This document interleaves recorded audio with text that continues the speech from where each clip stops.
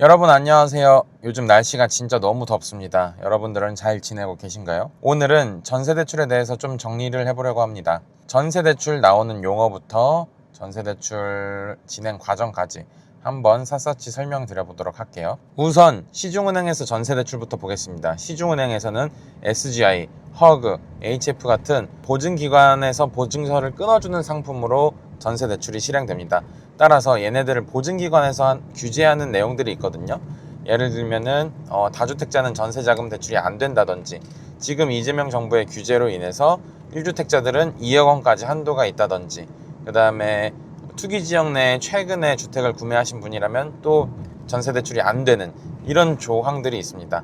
그리고 보증서가 끊겨야지만 시중은행에서 전세대출이 가능하기 때문에 보증기관에서 통과가 되지 않으면은 안 되는 거예요. 전세대출이 안 되는 거예요. 그러나 이금융권은 이런 보증기간을 거치지 않습니다. 보증기간을 거치지 않는데, 그렇기 때문에 사실 원래 이전에 이제 그 다주택자라든지 1주택자도 80%까지 전세대출이 가능했어요. 가능했었는데 이제 똑같이 이번 정부 들어오면서 규제로 인해서 이것들이 다 막히게 됐죠. 시중은행이랑 거의 똑같다고 보시면 됩니다. 1주택자도 2억이고 다주택자 아예 안 되고, 시중은행이랑 상호금융이랑 다른 거는 DSR, 시중은행은 DSR 40%까지, 상호금융은 DSR 50%까지 이렇게 한도를 조금 더 봐줄 수 있다는 점, 이게 차이점인 것 같습니다. 그리고 더 나아가서 저축은행 캐피탈에서도 전세대출이 가능한데요, 조금 생소하실 수도 있으세요. 저축은행에서 캐피탈에서 이렇게까지 대출을 받아야 돼? 하실 수도 있고, 사실은 이 금리면은, 이 정도 금리가 나온다고 하면은 월세가 나으실 수도 있거든요. 그거는 한번 고민해 보시면 좋겠습니다. 다만 저축은행 캐피탈은 규제가 없어요. 일단은 다주택자도 전세자금 대출이 가능하고요. 대신에 다주택자분들은 DSR 50%까지 이 DSR 범위 내에 들어와야 된다는 점, 요거 하나만 기억해 주시면 되겠습니다. 그리고 진행 방식들도 각각 달라요. 우선 시중은행부터 살펴보자면은, 시중은행에서는 보증서를 끊어서 이제 은행에서 전세대출을 나갑니다. 전세대출을 나갈 때 우리 모두 다 임대인의 동의가 필요해요. 임대인이 이제 전세를 드려야 하니까 전세대출 동의를 안 해줄 리 없겠지만, 시중은행 같은 경우에는 단순히 이제 등기로 서류가 왔다 갔다 하거든요. 동의한다는 서류를 왔다 갔다 합니다. 질권 설정 통지서를 보내버리는 거예요, 은행에서. 그러나 상호금융이랑 저축은행 캐피탈들은 질권 승낙서라는 걸 받습니다. 우리가 질권 설정하는데 동의해 주세요 라고 이제 직접 받으러 가야 돼요.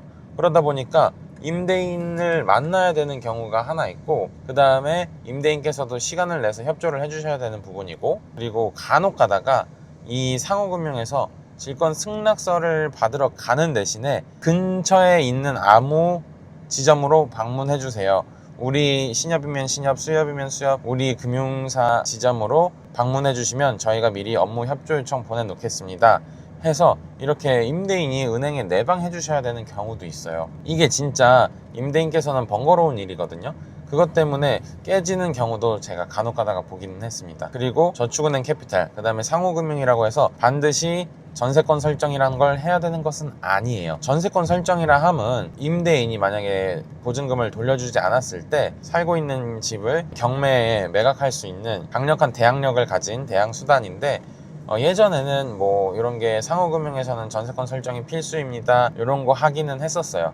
그러나 지금 현재는 상호금융, 저축은행, 캐피탈 이런 데서도 전세권 설정이 필수는 아니며 필수인 사례들이 간혹 있는데, 예를 들면은 다가구라든지, 다가구라서 이거 잘못하다가는 전세 보증금 못 돌려받을 수도 있겠다 라든지, 아니면 임대인이 법인인 케이스, 법인은 법인에서 이제 파산 신청하면은 우리가 보증금 못 돌려받을 수도 있잖아요.